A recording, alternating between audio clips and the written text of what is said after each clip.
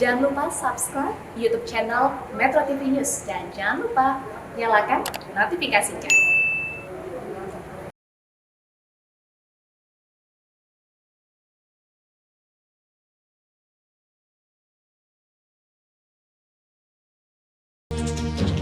Halo, selamat pagi pemirsa. La Nina akan terjadi di sebagian besar wilayah Indonesia dari bulan November 2021 hingga Februari 2022. Fenomena alam itu menyebabkan udara terasa lebih dingin atau mengalami curah hujan yang lebih tinggi, bahkan hingga level ekstrim.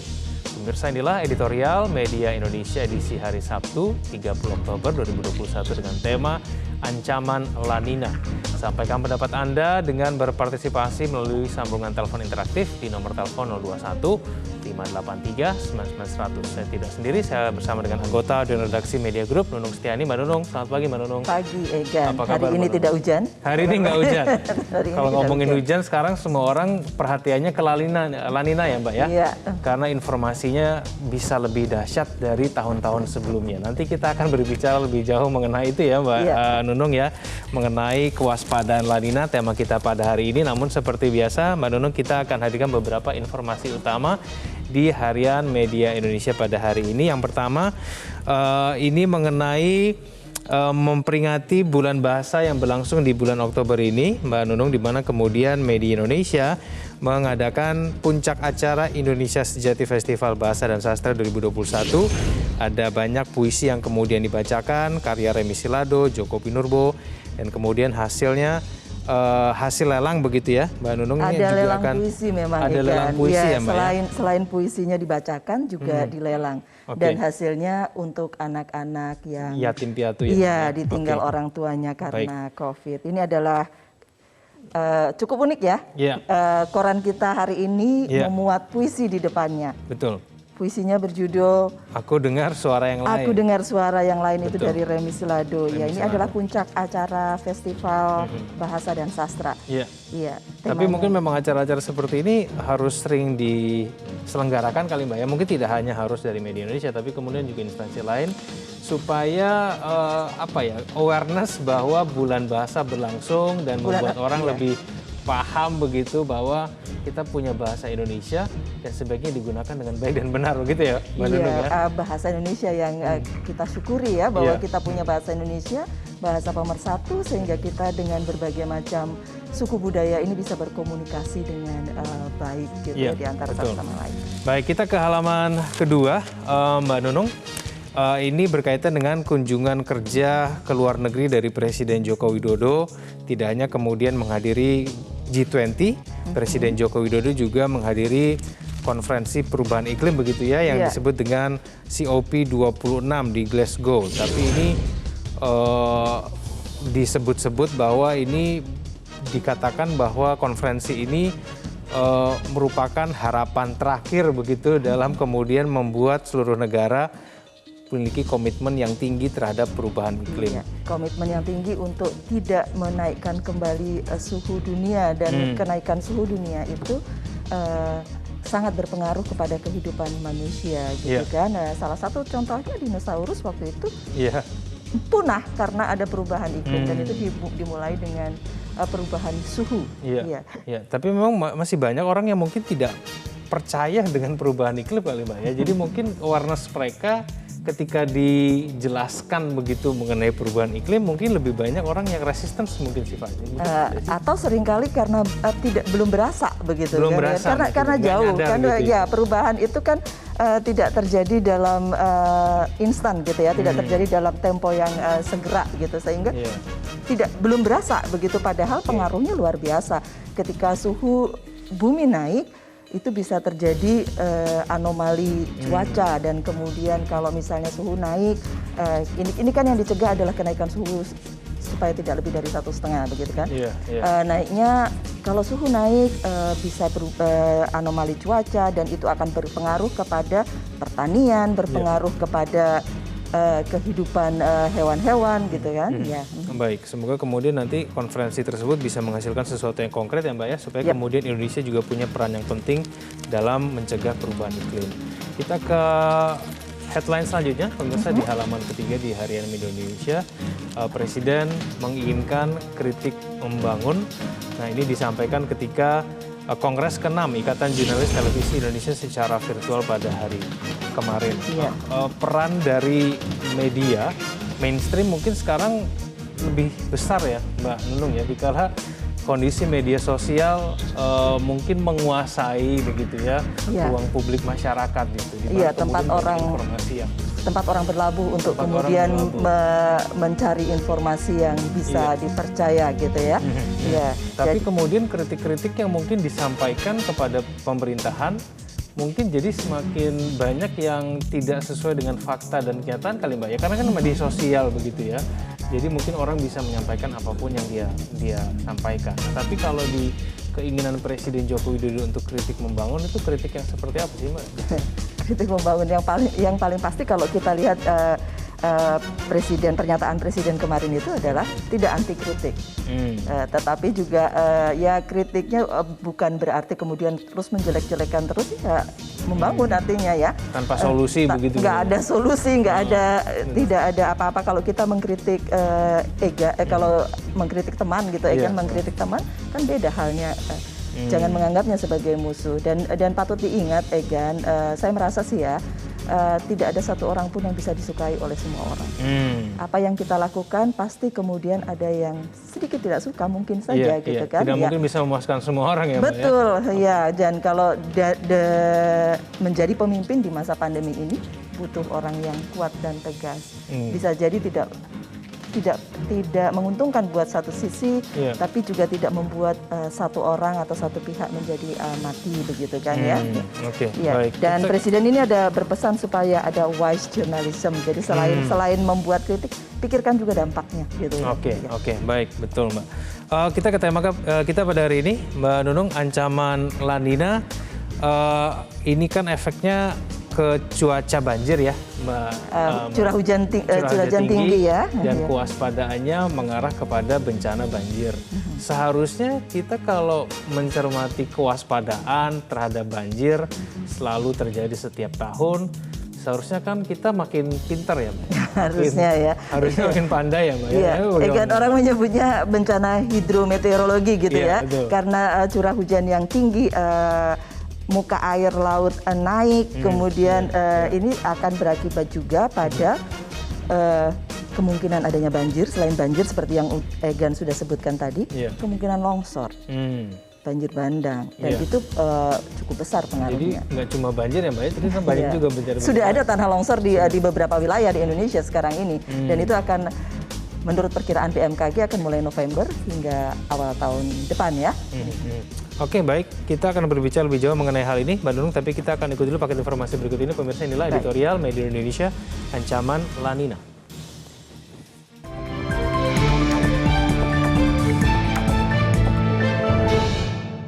Ancaman La Nina.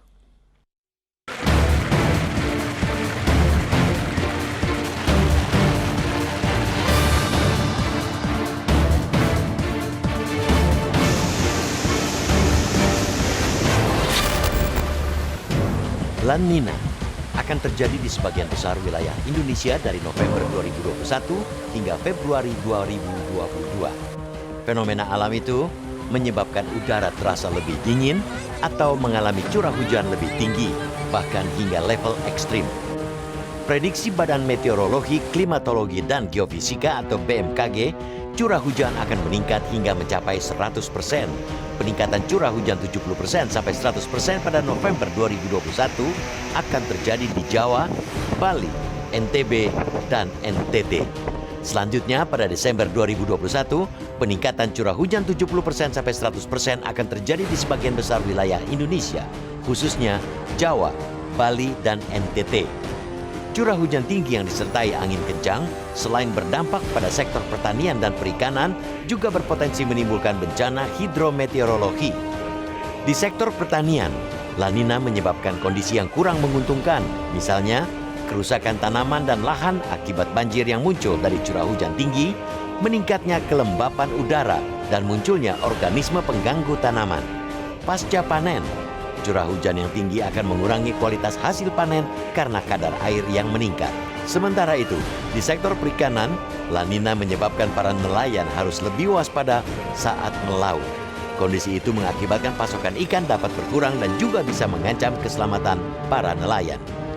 Potensi bencana hidrometeorologi patut diantisipasi karena La Nina bisa memicu terjadinya banjir bandang, tanah longsor, angin puting beliung, badai tropis, dan pohon tumbang. Perihal dampak untuk La Nina itu, tentu perlu kewaspadaan dan kesiapsiagaan semua pemangku kepentingan, baik itu pemerintah pusat, pemerintah daerah, masyarakat, maupun semua pihak yang terkait dengan pengelolaan sumber daya air dan pengurangan risiko bencana. Pemerintah pusat melalui Kementerian Pekerjaan Umum dan Perumahan Rakyat segera mengosongkan 205 bendungan yang mempunyai volume tampung 4,7 miliar meter kubik untuk mengantisipasi adanya peningkatan volume air.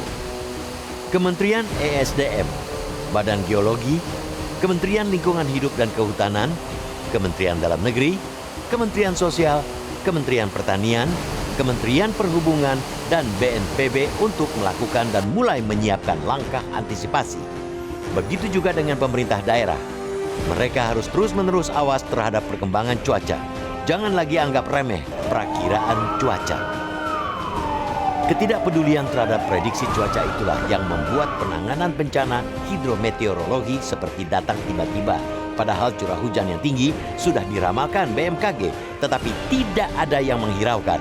Ramalan cuaca berdasarkan kaedah-kaedah ilmiah dengan tingkat akurasi tinggi itu pantas dijadikan dasar kebijakan pemerintah dalam mitigasi bencana.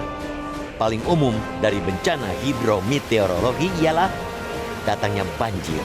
Kepada daerah harus benar-benar memastikan sistem mitigasi bencana berjalan baik. Benahi infrastruktur mitigasi di wilayah rawan bencana.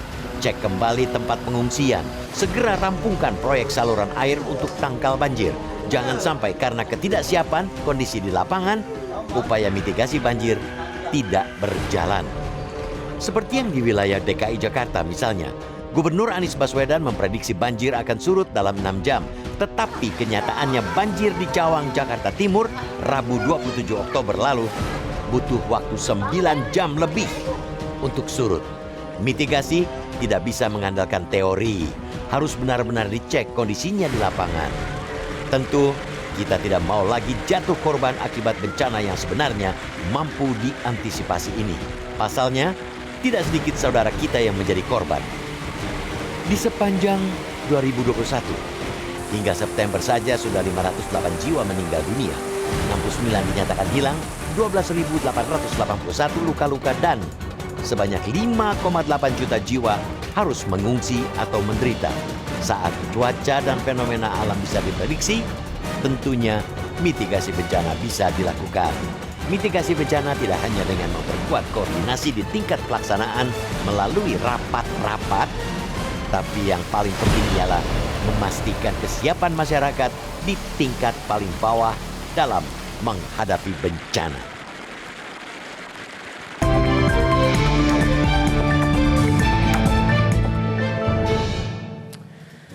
Sampaikan pendapat Anda bisa kontak kami di nomor telepon 021 583.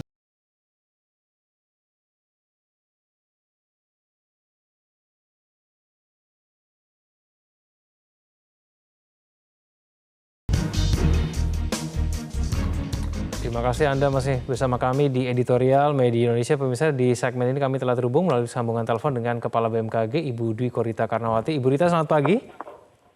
Selamat pagi, Mas Egan. Assalamualaikum warahmatullahi wabarakatuh. Waalaikumsalam, Bu Rita. Bu Rita, kita ingin tahu, Bu, ini sebetulnya seberapa dahsyat sih La Nina ini? Lalu bisakah potensi dari La Nina ini melebihi curah hujan dibandingkan dengan tahun-tahun sebelumnya ketika kemudian terjadi banjir besar gitu di wilayah DKI Jakarta dan sekitarnya? Jadi yang kami prediksi, La Nina yang sedang saat ini terjadi, ini intensitasnya lemah dan diprediksi dapat berkembang menjadi moderat.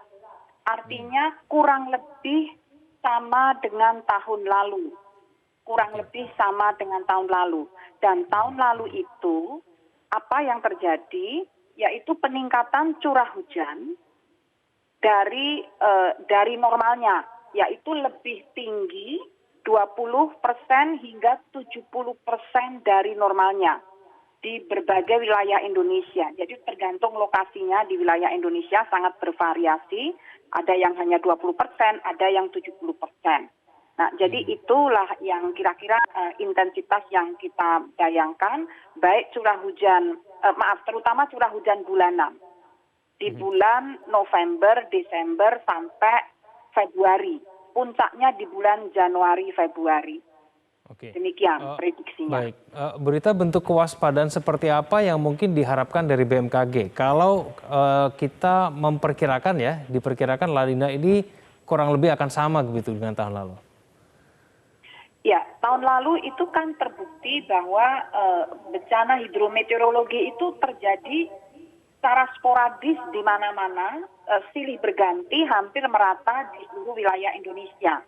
Kali ini juga diprediksi terutama di Jawa, ya Jawa hampir merata di secara sporadis, tetapi seluruh provinsi terkena. Kemudian juga di Sumatera bagian selatan dan juga Nusa Tenggara Barat hingga Timur termasuk Bali, juga Kalimantan Selatan dan Sulawesi Selatan. Namun nanti dengan berkembangnya waktu akan semakin melebar, meluas. Apa yang harus dimitigasi? Yang pertama, dari aspek struktur atau teknis, dihimbau baik pemerintah daerah dan pihak terkait ataupun dengan pemerintah pusat, kementerian lembaga terkait menyiapkan dan memastikan pengelolaan tata air dari hulu ke hilir memadai untuk menampung luapan ini curah hujan yang meningkat dari normalnya.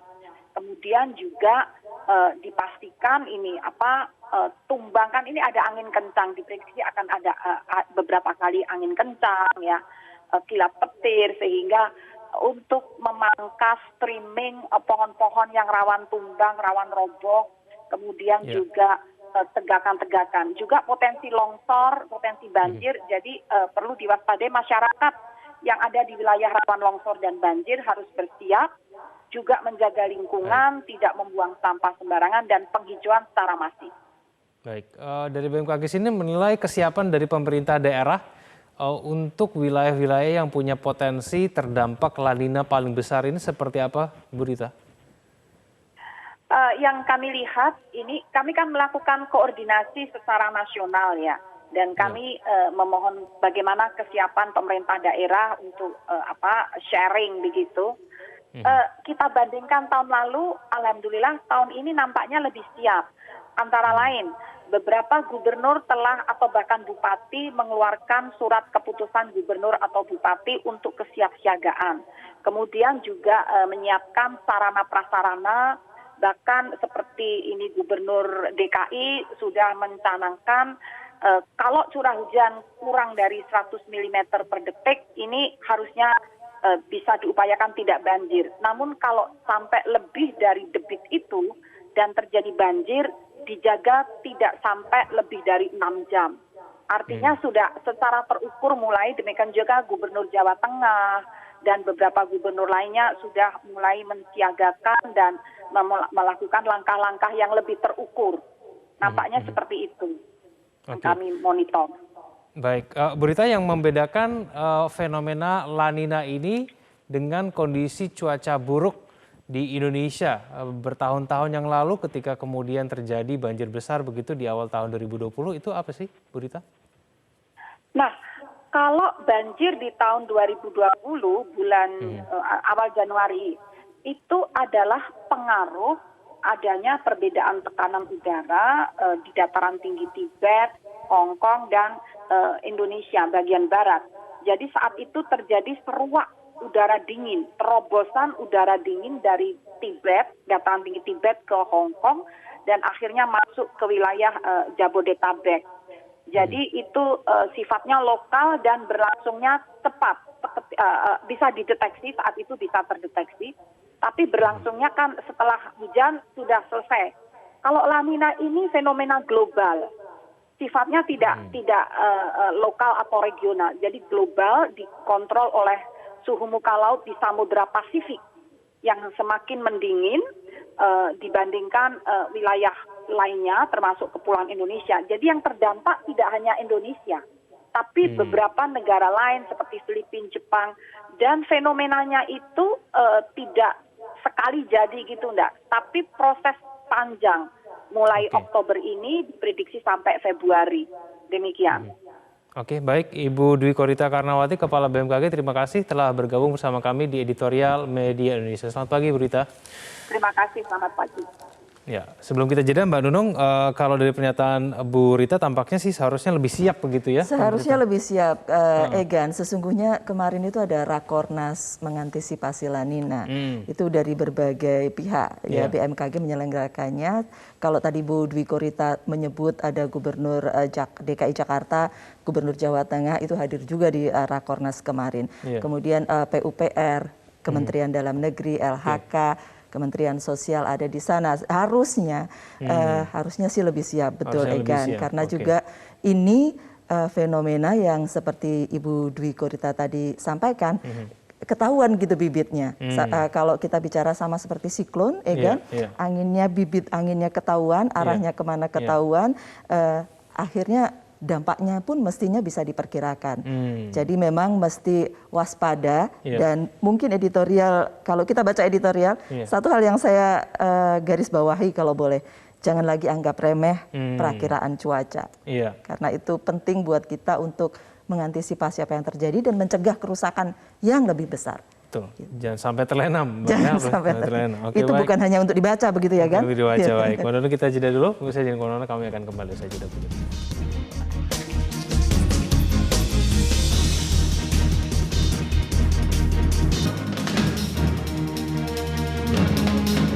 Terima kasih Anda masih bersama kami di editorial Media Indonesia. Pemirsa, kita akan mulai menyapa penelpon kita pada pagi hari ini. Yang pertama ada Ibu Indra dari Cirebon, Jawa Barat. Ibu Indra, selamat pagi. Selamat pagi, Bung Kevin, Egan, dan Bu Nunung. Assalamualaikum warahmatullahi wabarakatuh, Metro TV. Waalaikumsalam. Silakan Bu Indra. Ya, ancaman La Nina. Alangkah baiknya ini kalau memang sudah dari BMKG memberikan perakiraan cuaca, sehingga pemerintah yang berwenang itu peduli kepada masyarakat. Sementara kami ini yang ada di desa, baik petani ataupun nelayan itu kebanyakan sudah pasrah. Memang itulah yang ada dan harus diterima begitu. Misal kalau mau menanam komoditi pada saat tertentu, kalau diberitahu nanti ada banjir begitu. Nah, apakah itu akan membuat keadaan berubah, banjir atau tidak banjir, mereka ya tetap menanam. Baru kalau banjirnya datang, waduh, ya udah memang demikianlah ini. Nah, pemerintah mestinya bisa bersiap mengantisipasi, mengurangi akibat bencana ini dengan cara misalnya tidak terjadi lagi keadaan tak terduga, adanya bendungan yang bobol atau aliran sungai yang dari bendungan itu tanggulnya bobol sehingga menimpa keadaan masyarakat. Selain banjir, tanamannya, rumah-rumahnya juga. Ya, nah itu sepertinya yang begitu itu yang mestinya ditangani oleh pemerintah. Jangan tidak peduli. Terima kasih. Assalamualaikum warahmatullahi wabarakatuh. Dari Cirebon, Jawa Barat. Waalaikumsalam. Di belakangnya ada Pak Syahril dari Jakarta. Pak Syahril, selamat pagi.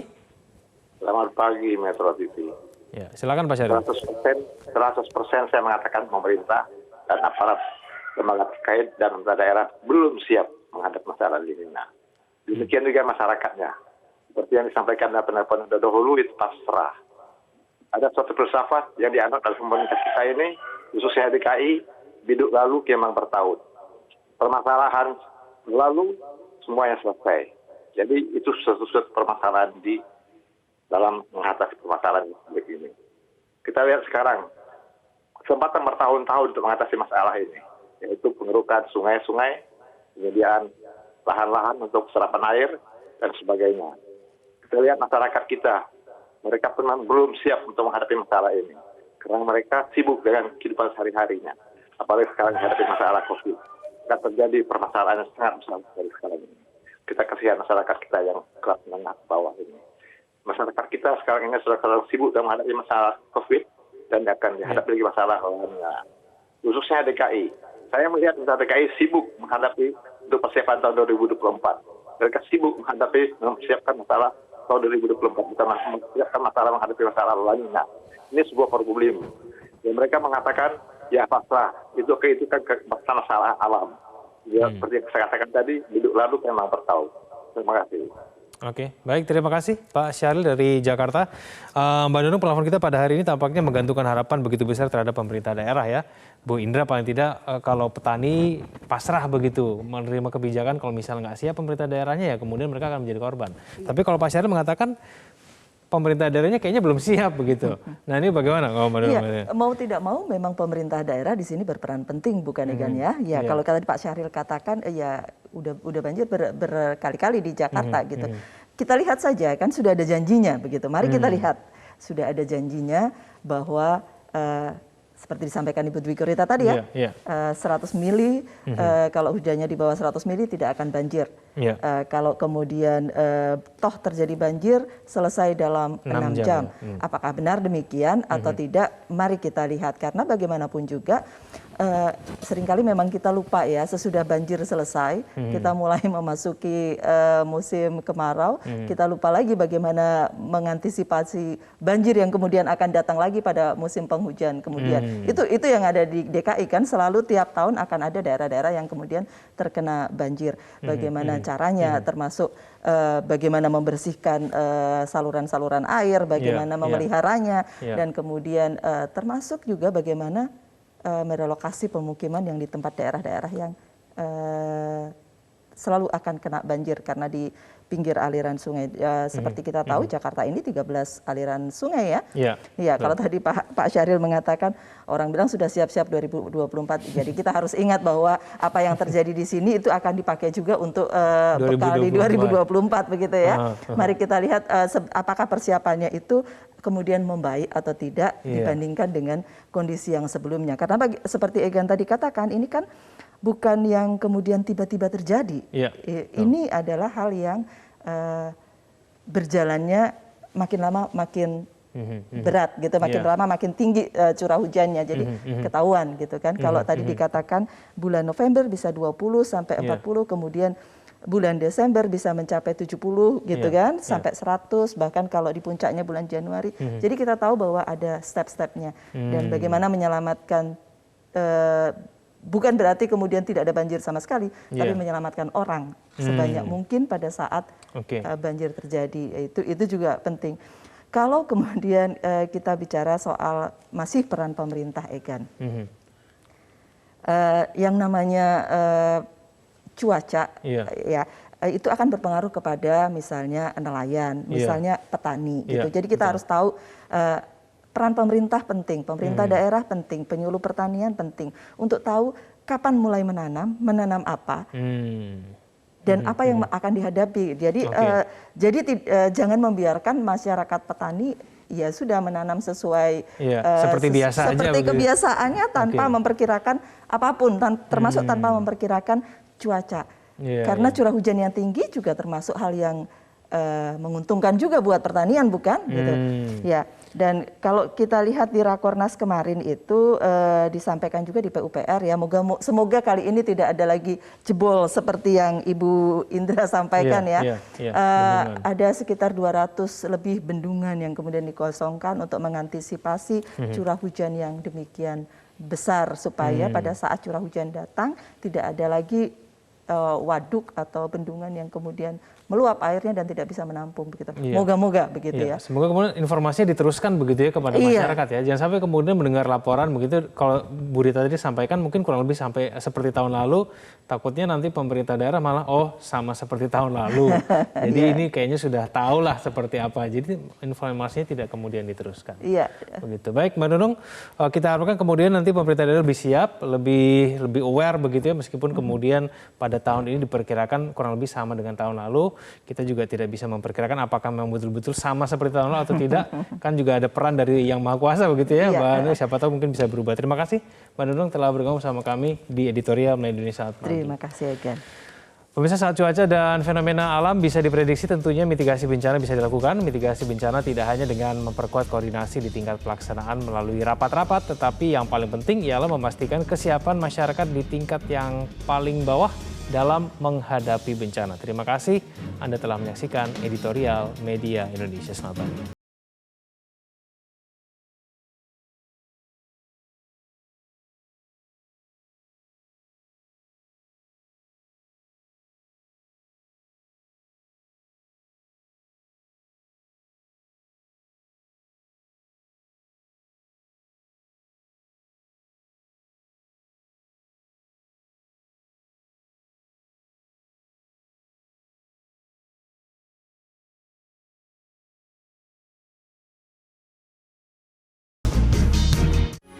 Metro TV